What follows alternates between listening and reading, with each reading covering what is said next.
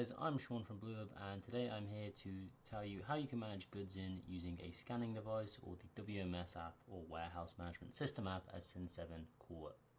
So firstly, just to show you what I'm displaying here, on my left side of my screen you can see a Cin7 account, and on the right side of the screen you can see the WMS app itself. So I'm just going to show you how you can progress from doing a purchase order on the left side here or on your Cin7 account to actually using the right side here to bring in your goods essentially. So all I've got on my right side right now is just the App Store, because I just want to demonstrate all you need to do is with a semi-recent Apple device or Android device, search Cin7 on the App Store and you'll get access to all of Cin7 apps, including the WMS app, which we're going to be looking at today, the POS app or the point of sale app, which is for stores and cash points, and then we have the MES app, which is the production app they have on there as well. So I'm just going to click into the WMS app now by clicking open there, and you can see that loads us straight in. It does have facial recognition for login, however it doesn't work for me just because it takes me specifically to a client's account, so I have to back out of there. I like to log in using Microsoft, but otherwise it'll be the same way as you guys log in with Cin7 Core if you're not using the biometric login. So I'm just going to do this. Sign with my account here, and that's going to log me in. From here, if you are one of the few people who uses multiple accounts of Cin7, you'll get a list of all of the accounts you have access to here, like me, and I'm just going to go into our test account there.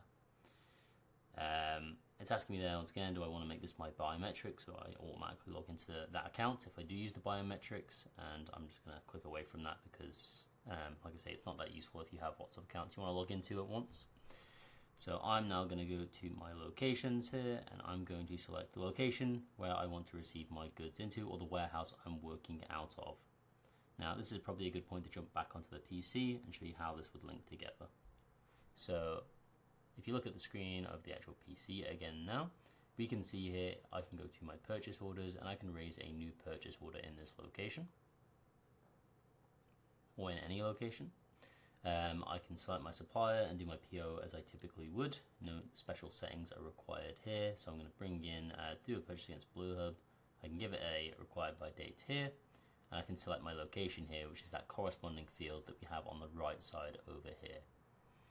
So I'm just going to go down now, add an item to this order that we can potentially scan in. So I'll try to do a standard item and then a batched item because that's very important when it comes to the app. So yeah, I'll just bring in some 12 boxes here, and then also do we have a batched item? I think this one maybe, so we'll try that. Just in case, I'm going to make it a batched item just so I can give you guys as good a demo here as possible of how this would work. It's not right now, so yeah, we'll make that a special batch. In fact, we'll make it special serial to give the best demonstration possible. So we'll go back to our order now. We're going to order, let's say 5 of each. And we can give that a price for each of them as well, authorize it. And this is just going to be the same as, like I say, your usual POs. Now though, we've got our draft receipt in the system.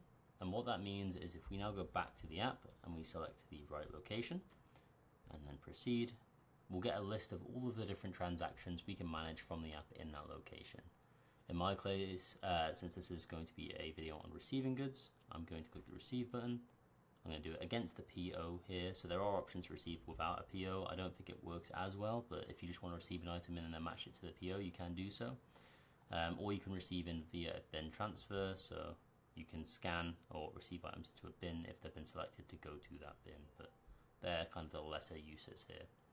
We're going to go to with PO, we're going to search for our purchase order number, and we've got our 2 orders here. So the one on the bottom is the one we've just added.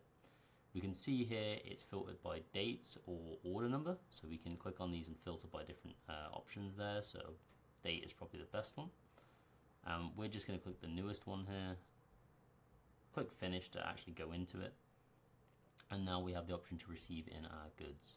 And there are different ways of going about this. So if I click into our goods here, what we're expected to do is firstly scan the bin to bring that item in, and then secondly scan a barcode so that we can receive it in. The other way you can use this is less of a scanning function and more of just a piclet or a check sheet, where you can click receive all and automatically put all of them in there for you in one go, like so. But that's kind of cheating and defeats the purpose a little bit, but it does replace paper if you want to do it for that reason. Going back up to the top option here then, so we have the serial version now. So once again, we can put in a bin if we want to bring these items into a specific bin of the warehouse.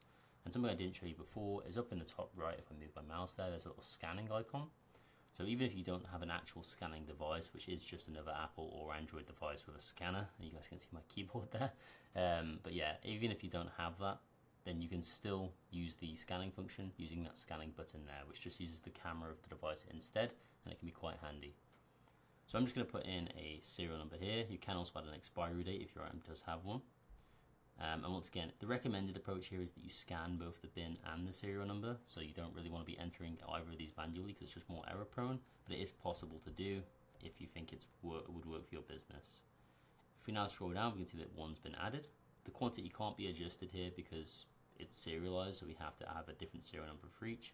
So it'd just be a case of going through this now and adding in each of our serial numbers by scanning them one by one until we have our full amount of goods. We can, as you can see there, receive partially, so I'll actually demonstrate that now. I'll receive this partially. Are you sure you wish to complete the partial receiving? Yes, because our full amount of goods haven't arrived, and we can save that now. Now that that is done, once it saves, there we go, we can come back into Cin7 itself and refresh.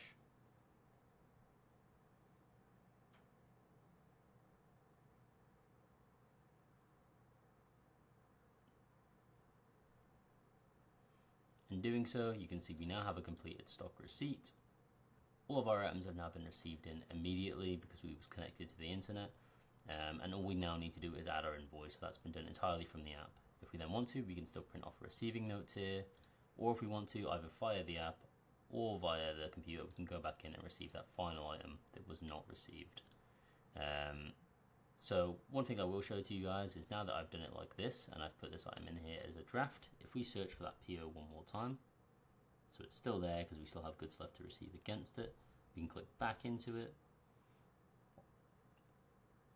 I didn't click save on this, sorry. Let me do that quickly. What about, there's no batch number. Potentially. Authorize. I didn't mean to authorize it. Okay, well, that's added it all to there. But what I was going to say is if I undo this full thing now, and then I click save, but I leave the items in here like so, and then click save, that's wrong, save button, save down here, and I go back into that PO on my app now.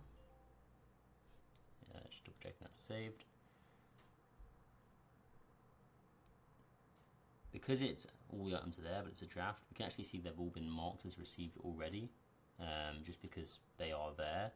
But so all we could use this essentially as a confirmation list where the person with the WMS app could go through and just double check everything and just make sure everything has been received, and then click finish. And I suppose technically they can't authorize it at this point. There is no option for that, so that would still have to be done on the internet. But you can go through and use this as more of a checklist than an actual scanning sheet if you wanted to. But that's mostly it in terms of receiving goods in on here. It's pretty handy for just, having someone go around and scan things. It can be, or the way we like to say is it's probably more accurate than efficient. So I don't think this is faster than using a piece of paper and walking around with that in most cases, because you all need to make sure everything is scanned and inputted perfectly.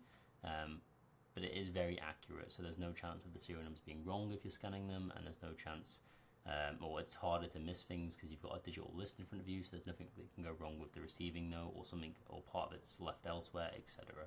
So it can be beneficial for that. That'll be all from me for today. If you have any questions on this, feel free to leave them in the comments or get in touch with us directly and we can help you walk through that. And yeah, the WMS itself is a bit of a beast to set up just due to the way you have to manage different locations and such with it, and barcoding and such. So yeah, I would recommend getting assistance if you do plan on going ahead with the WMS yourself, or like I say, leave a question in the comments if there's something you are getting stuck on with it. That's all from me for today.